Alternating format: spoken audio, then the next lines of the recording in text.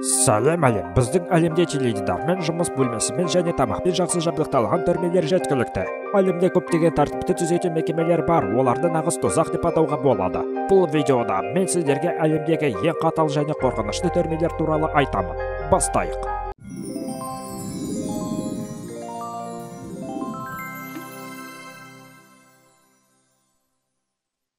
Қара дельфин түрмесі. 2000 жылдардың басында қара дельфинге өмір бойы бас бостандығынан айыру орындары мәртебесі берілді.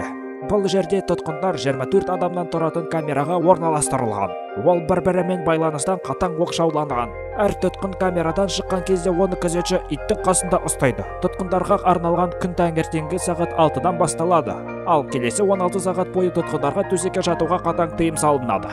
Тұтқындар қара дельфиннің басқа бөлігіне көшкенде олардың көздері жабылып байланады. Сонымен бірге әр сотталған адам күшейтілген колонның сүйемелдеуімен жүреді. Қара дельфиндегі күзетшілер әр 15 минут сайын 4,5 шаршы метрді құрайтын камераларды тексеріп жүреді.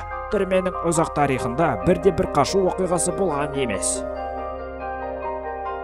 Гитарам түрмесі. Бұл қорқынышты түрме Руандада орналасқан. Ол бар жоғы 500 адамға арналған. Бірақ та қылмыскерлер саны көп. 1994 жылы Руандадағы геноцид кезінде 7000-ға жуық адам Гитарамда ұсталды. Тұтқындар жазасын тек 1 шаршы метрді құрайтын бөлмелерде өтейді. Сотталушылар еденде ұйықтауға мәжбүр, өйткені төсек камераларға сыймайды. Кейде аштық тұтқындаушыларды каннибализмге, үмітсіздікке, өз-өзіне қол жұмсауға итермелейді.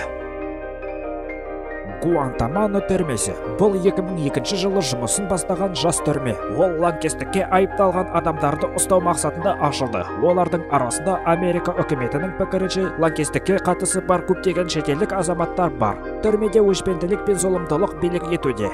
Жабайы айғайлар үнемі естіліп тұрады, ал біреу көршісін өлтіруге тырысады. Мұндағы күзетшілер азаптауды қолданады. Мысалы, ұйқының жоғалуы, қатты музыканың әсері, ұйқышылдыққа еліктеу. Ла-Сабенто түрмесі Венесуэлада орналасқан және қаржыландыру мен кадрлардың жетіспеуінен өте қорқынышты орын болып саналады. Бұл жерде кісі өлтіру мен зорлық-зомбылық жиі кездеседі. 2012 жылы 591 адам қаза тапты, ал 2013 жылы күзетшілер түрмеде қарудың үлкен құпия орнын тапты. Онда 22 000 қару табылды. Марихуана мен кокаин бар жер асты туннелі де табылды. Ла-Сабенто түрмесі 15 000 тұтқынға арналған, бірақ іс жүзінде ол жерде 2 есе көп адамдар жазасын өтейді. 22 лагерь. Бұл түрме солтүстік Кореяда орналасқан және саяси тұтқындарға арналған лагерь. Тұтқындар бұл негізінен үкіметті сынауға алған адамдар.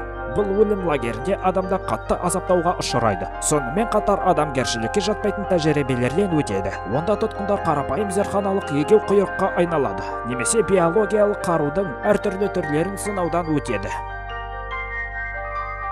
Осымен болды. Кез келген түрме өте қорқынышты жер. Сондықтан Құдай ондай жерге түсуден әрбірімізді сақтасын. Достар, егер сізге осы шығарылым ұнаған болса, подписаться мәзірін басып, менің саяхат YouTube арнама тіркеліңіздер. Алда тағы да қызықты видеолар сізді күтуде.